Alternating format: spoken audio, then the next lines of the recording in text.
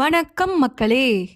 நாம நம்மளோட தினசரி வாழ்க்கையில பல முறை உணர்ச்சி வசப்பட்டு எடுக்கிற பல முடிவுகள் நமக்கு இழப்பு மட்டும் தர்றதில்ல, கூடவே வேதனையும் தருதுன்னு எப்பவாவது யோசிச்சிருக்கீங்களா? அப்போ இந்த பாட்காஸ்ட் உங்களுக்கு தாங்க. நாம நம்மளோட உணர்ச்சிகளை கட்டுப்பாட்டில் வைக்கலனா அது ஆபத்துல தாங்க போய் முடியும். இதுக்கு ஒரு பெரிய உதாரணம் துரோணாச்சாரியார் தான். உங்களில் பலருக்கு இந்த கதை தெரிஞ்சிருக்கும்னு நினைக்கிறேன். குருக்ஷேத்திர போர் நடந்து கொண்டிருந்த சமயத்துல துரோணரோட சக்திக்கு முன்னாடி பாண்டவர்களின் படை கொஞ்சம் கொஞ்சமா அழிஞ்சுக்கிட்டு இருந்துச்சு.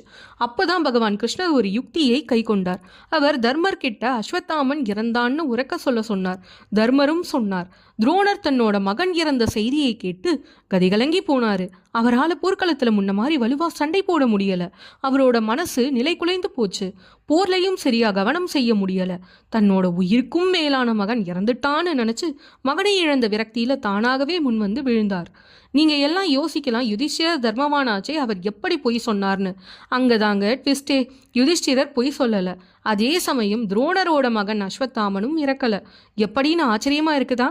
அந்த போர்ல ஒரு அஸ்வத்தாமன் மட்டும் இல்லைங்க, 2 பேர் இருந்தாங்க. ஆமாங்க, ஒன்று துரோணரோட மகன் அஸ்வத்தாமன், இன்னும் ஒன்று அஸ்வத்தாமன் பேர் கொண்ட யானை. யுதிஷ்டிரர் அஸ்வத்தாமன் என்ற யானை இறந்ததுன்னு தான் சொன்னாரு. ஆனா கிருஷ்ணர் கரெக்டா யானைன்னு சொல்லும்போது சங்கம் முழங்கிட்டாரு. அதனால ஏற்பட்டது தாங்க இந்த குழப்பம்.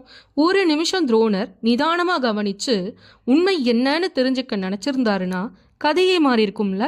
நம்ம வாழ்க்கை கூட ஒரு குருக்ஷேத்திர போர் மாதிரி தாங்க. தினம் தினம் பல எதிரிங்க நம்மளை வீழ்த்த வருவாங்க. அதுக்கு அவங்க யூஸ் பண்ணுற வெப்பன் தான் நம்ம மனசு. அதை சாச்சிட்டா பின்ன நாம் விழுந்துடுவோம்னு நல்லா தெரிஞ்சுதாங்க வராங்க.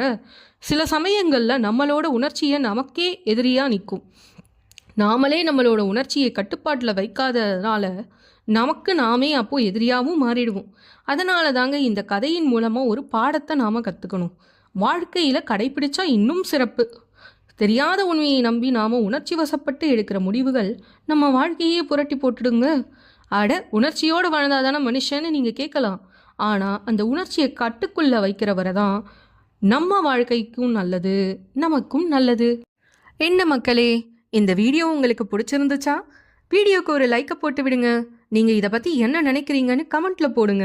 அப்புறம் உங்களுக்கு தெரிஞ்சவங்களுக்கு ஷேர் பண்ணுங்க. அதன் மூலயமா நாங்கள் சரியான பாதையில் தான் பயணிக்கிறோன்னு ஒரு நம்பிக்கை கிடைக்குங்க. அப்புறம் மறக்காமல் எங்கள் பக்தி பீட்ஸ் சேனலை சப்ஸ்கிரைப் பண்ணிக்கோங்க. மேலும் பல புதிய கதைகளோடும் கருத்துக்களோடும் மீண்டும் சந்திப்போம் அடுத்த வீடியோவில்.